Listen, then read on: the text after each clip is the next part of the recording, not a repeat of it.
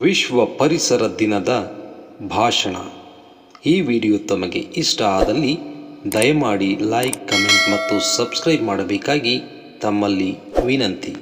ಗೌರವಾನ್ವಿತ ಮುಖ್ಯ ಅತಿಥಿಗಳೇ, ಪ್ರಾಂಶುಪಾಲರೇ, ಶಿಕ್ಷಕ ವೃಂದದವರೇ ಹಾಗೂ ನನ್ನ ಪ್ರೀತಿಯ ಸ್ನೇಹಿತರೆ, ಎಲ್ಲರಿಗೂ ಶುಭ ಮುಂಜಾನೆ. ಇಂದು ಜೂನ್ 5 ವಿಶ್ವ ಪರಿಸರ ದಿನ. ಈ ವಿಶೇಷ ದಿನದಂದು ಪರಿಸರ ಸಂರಕ್ಷಣೆಯ ಬಗ್ಗೆ ಮಾತನಾಡಲು ನಾನು ನಿಮ್ಮ ಮುಂದೆ ನಿಂತಿದ್ದೇನೆ. ಪ್ರಕೃತಿ ನಮಗೆ ಜೀವಿಸಲು ಗಾಳಿ, ಕುಡಿಯಲು ನೀರು, ಇರಲು ಭೂಮಿ ಮತ್ತು ತಿನ್ನಲು ಆಹಾರವನ್ನು ನೀಡಿದೆ. ಪರಿಸರವಿಲ್ಲದೆ ಮಾನವನ ಅಸ್ತಿತ್ವವೇ ಸಾಧ್ಯವಿಲ್ಲ.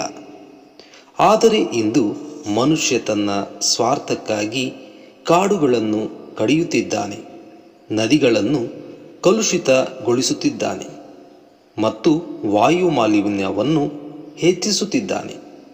ಇದರ ಪರಿಣಾಮವಾಗಿ ಜಾಗತಿಕ ತಾಪಮಾನ ಅಂದರೆ ಗ್ಲೋಬಲ್ ವಾರ್ಮಿಂಗ್ ಹೆಚ್ಚಾಗುತ್ತಿದೆ ಮತ್ತು ಹವಾಮಾನ ವೈಪರೀತ್ಯಗಳು ಸಂಭವಿಸುತ್ತಿವೆ.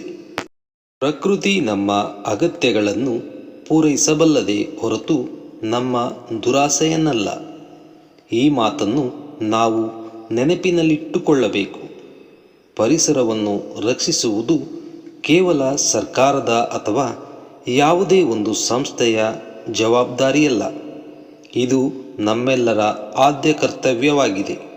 ನಾವು ಮಾಡಬೇಕಾದ ಸಣ್ಣ ಬದಲಾವಣೆಗಳು ಯಾವುವೆಂದರೆ, ಪ್ರತಿಯೊಬ್ಬರೂ ವರ್ಷಕ್ಕೆ ಕನಿಷ್ಠ ಒಂದು ಗಿಡವನ್ನಾದರೂ ನೆಟ್ಟು ಅದನ್ನು ಪೋಷಿಸಬೇಕು. ಒಮ್ಮೆ ಬಳಸಿ ಬಿಸಾಡುವ ಪ್ಲಾಸ್ಟಿಕ್ ಬಳಕೆಯನ್ನು ಸಂಪೂರ್ಣವಾಗಿ ನಿಲ್ಲಿಸಬೇಕು. ನೀರನ್ನು ಪೋಲು ಮಾಡದೆ ಮಳೆ ನೀರು ಕೊಯ್ಲು ಪದ್ಧತಿಯನ್ನು ಅಳವಡಿಸಿಕೊಳ್ಳಬೇಕು.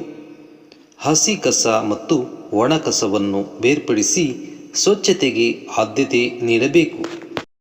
ಕೊನೆಯದಾಗಿ, ಪರಿಸರವನ್ನು ಉಳಿಸಿ ದೇಶವನ್ನು ಬೆಳೆಸಿ ಎಂದು ಹೇಳುತ್ತಾ, ಇಂದಿನಿಂದಲೇ ನಮ್ಮ ಭೂಮಿಯನ್ನು ಹಸಿರಾಗಿಸಲು ಸಂಕಲ್ಪ ಮಾಡೋಣ. ನನಗೆ ಮಾತನಾಡಲು ಅವಕಾಶ ಮಾಡಿಕೊಟ್ಟ ಎಲ್ಲರಿಗೂ ಧನ್ಯವಾದಗಳು. ಜೈ ಹಿಂದ್, ಜೈ ಕರ್ನಾಟಕ.